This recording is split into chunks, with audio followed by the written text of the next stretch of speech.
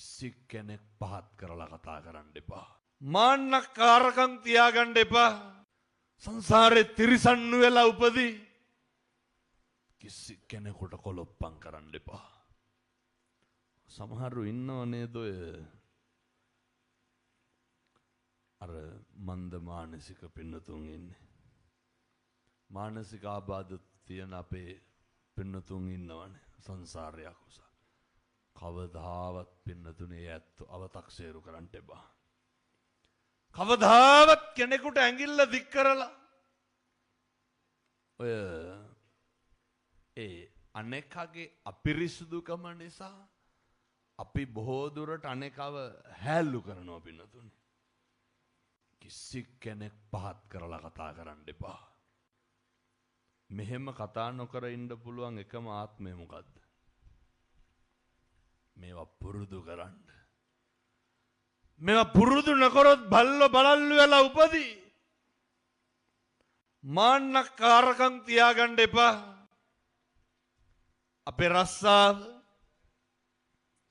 අපේ තත්වය, අපේ තරාතිරම වෙනතුනේ ඒවා අපි ගාව තියාගන්න.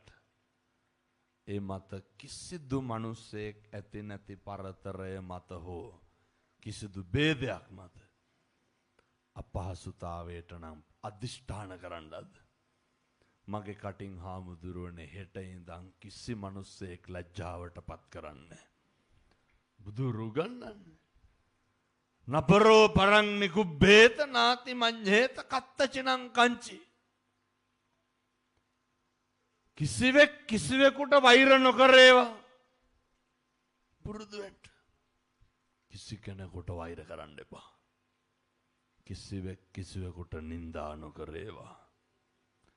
අපි දන්නවා පින්නතුනේ ගෙවල් වල අනන්තවත් කුණුහරුපෙන් බැන ගන්න නැද්ද ගෙවල් වල? පානදුරේ පැත්තේ කොහොමද දන්නේ මං කියන්නේ අනිත් පැති වල ස්වභාවය. ඇති හැටි කුණුහරුපෙන් බයිනවා. කවුද බයින්නේ? සෙනෙහබර කසාද ස්වාමියා.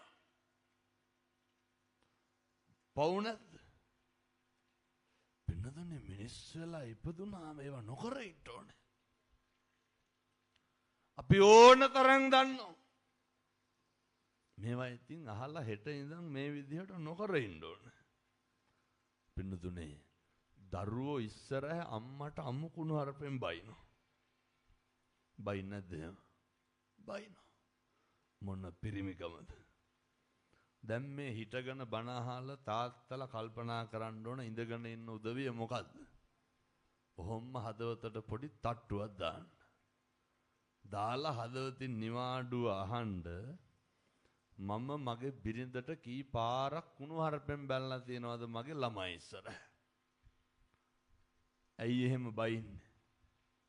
පෞරුෂයක් නැහැ. ඇයි එහෙම බයින්නේ? පිරිමිකමක් නැහැ. ඇයි එහෙම බයින්නේ? පිරිමියෙක් වුණාම දැන් මෙව තාත්තලාට කියලා වැඩක් නැහැ. මං තරුණයන්ට කියනවා ඒ හින්දා. වෙලිච්චිරුට නමන්න බෑ කැඩෙනවනේ. අමුව නැමෙහගේ.